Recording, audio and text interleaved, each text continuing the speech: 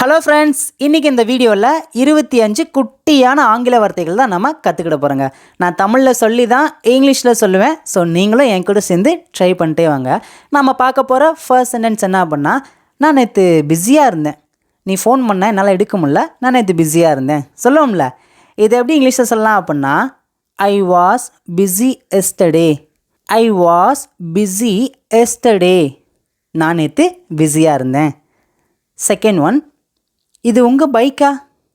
புதுசாக இருக்குது, எப்போ வாங்கினீங்க? இது உங்கள் பைக்கா கேட்போம் பார்த்தீங்களா? இது உங்கள் பைக்கா அப்படிங்கிறத எப்படி கேட்கலாம் அப்படின்னா, is this your bike? Is this your bike? இது உங்கள் பைக்கா? நெக்ஸ்ட் ஒன், இது உங்கள் சாவியா?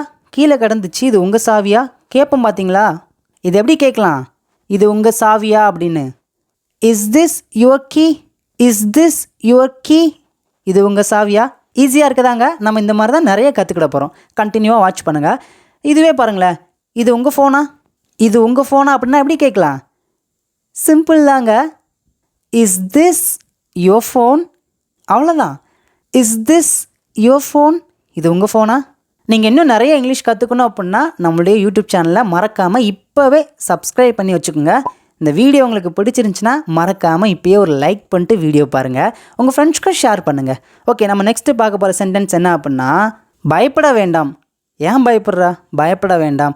அச்சப்படுறது, பயப்படுறது, இதுக்கெல்லாமே நம்ம இந்த மாதிரி இங்கிலீஷில் சொல்லலாம். என்ன அப்படின்னா, டோன்ட் பேனிக். Don't panic. பயப்பட வேண்டாம், அச்சப்பட வேண்டாம், அதிர்ச்சியாக வேண்டாம், எதனாலும் வச்சுக்கலாங்க. நெக்ஸ்ட் ஒன், எனக்கு தண்ணீர் வேண்டும். ரொம்ப தண்ணி தாக எடுக்குது, எனக்கு தண்ணி வேணும்னு சொல்லுவோம் பார்த்தீங்களா? வெயிலில் நடந்து வந்திருப்போம் அல்லது விளாண்ட்டு வந்திருப்போம், எனக்கு தண்ணி வேணும். இது எப்படி கேட்கலாங்க இங்கிலீஷில்? I want water. அவ்வளோதான். I want water. எனக்கு தண்ணீர் வேண்டும். இதுவே எனக்கு வயிறு பசிக்க, எனக்கு சாப்பாடு வேணும்னு கேட்போம் பார்த்தீங்களா? எனக்கு சாப்பாடு வேண்டும். இதை எப்படி கேட்கலாம்? சிம்பிள் தாங்க. I want food. I want food. எனக்கு சாப்பாடு வேண்டும். நெக்ஸ்ட் ஒன், நீங்கள் இதுவே சின்ன பிள்ளைங்கள ஒரு கடைக்கு கூட்டு போகிறீங்க, அவங்க வந்து எனக்கு சாக்லேட் வேணும்னு கேட்காங்க. அது எப்படி இங்கிலீஷில் கேட்பாங்க அப்படின்னா, I want chocolate. I want chocolate. எனக்கு சாக்லேட் வேணும். இன்னும் நிறைய பிள்ளைங்க பார்த்தீங்கன்னா, எனக்கு ஐஸ்கிரீம் தான் வேணும் அப்படின்னு சொல்லிட்டு அடம் பிடிப்பாங்க, எனக்கு ஐஸ்கிரீம் வேணும் அப்படின்ட்டு. அது எப்படி கேட்கலாம் அப்படின்னா, I want ice cream. I want ice cream. அவ்வளோதாங்க. இதே மாதிரி ஐ வாண்ட் யூஸ் பண்ணி நீங்கள் உங்களுக்கு தேவையானதெல்லாம் நீங்கள் கேட்டுக்கலாங்க. இப்போ உங்களுக்கு ஈஸியாக இங்கிலீஷ் புரியுதாங்க? இன்னும் நம்ம கண்டினியூவாக கற்றுக்கலாங்க. நெக்ஸ்ட் ஒன், உனக்கு புரியும்னு நான் நினைக்கிறேன். உனக்கு புரியும்னு நினைக்கிறேன். இதை எப்படி சொல்லலாம் அப்படின்னா, I hope you understand. I hope you understand. Next one, நீ ஒன்று செய். சொல்லுவோம் பார்த்தீங்களா? நீ ஒன்று செய். அதை எப்படி சொல்லலாம் அப்படின்னா, you do one thing. You do one thing. நீ ஒன்று செய். நெக்ஸ்ட் ஒன், நீ எங்கே வேலை செய்கிற? இது எப்படி கேட்கலாம் அப்படின்னா, where do you work. Where do you work. நீ எங்கே வேலை செய்கிறாய் எப்படினாலும் வச்சுக்கோங்க. நெக்ஸ்ட் ஒன், உணவை கொட்டாதீர்கள். சாப்பாட்டெல்லாம் கொட்டாதீங்கன்னு சொல்லுவாங்க பார்த்தீங்களா?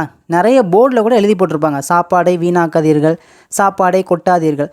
இதை எப்படி சொல்லலாம் அப்படின்னா, don't spill the food. Don't spill the food. உணவை கொட்டாதீர்கள். உணவை கொட்டாதே எப்படினாலும் சொல்லிக்கலாம். நெக்ஸ்ட் ஒன், வீட்டிலையே இரு. எங்கேயும் போகாத, ரொம்ப வெயில் அடிக்கி, வீட்டிலே இரு சொல்லுவாங்கள்ல. வீட்டிலே இரு அப்படிங்கிறதுக்கு எப்படி சொல்லலாம் அப்படின்னா, stay at home. Stay at home. வீட்டிலேயே இரு. நெக்ஸ்ட் ஒன், நான் ஒன்று சொல்லட்டுமா? சொல்லுவோம் பார்த்தீங்களா? நான் ஒன்று சொல்லட்டுமா? இது எப்படிங்க சொல்லலாம்? Shall I tell you one thing. Shall I tell you one thing. நான் ஒன்று சொல்லட்டுமா? என் கூட சேர்ந்து சொல்லுங்கள் இந்த சென்டென்ஸை. பெருசாக இருக்குது நீங்கள் நினைக்காதீங்க, ஈஸியாக கற்றுக்கலாம். என் கூட சேர்ந்து பின்னாடியே நீங்கள் சொல்லுங்கள். Shall I tell you one thing. நான் ஒன்று சொல்லட்டுமா? சூப்பருங்க. நெக்ஸ்ட் ஒன், ஏன் என்கிட்ட கேட்குற?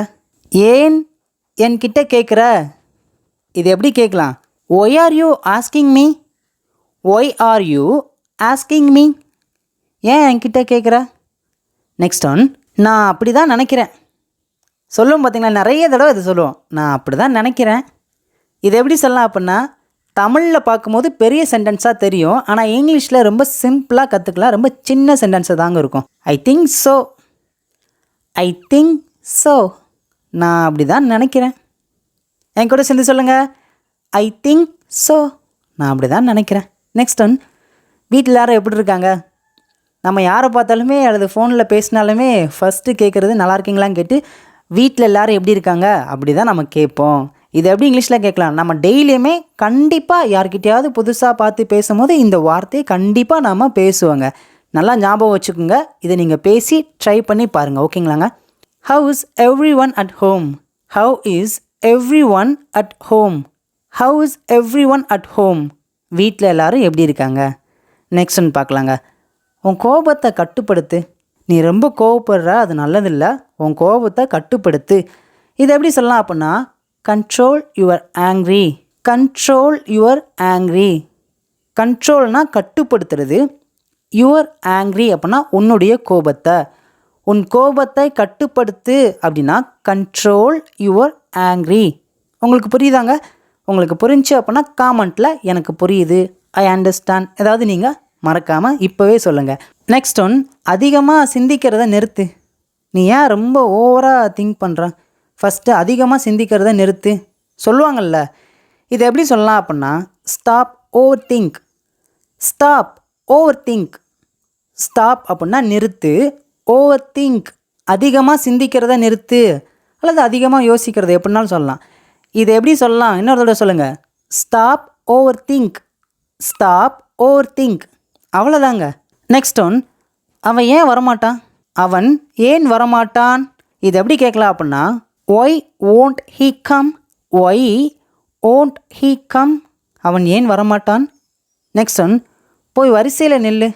எல்லாரும் வரிசையில் நின்று தான் வாங்குறாங்க, நீ போய் வரிசையில் நில்லுன்னு சொல்லுவாங்க பார்த்தீங்களா? இது எப்படி இங்கிலீஷில் சொல்லலாம் அப்படின்னா, go and stand in the Q.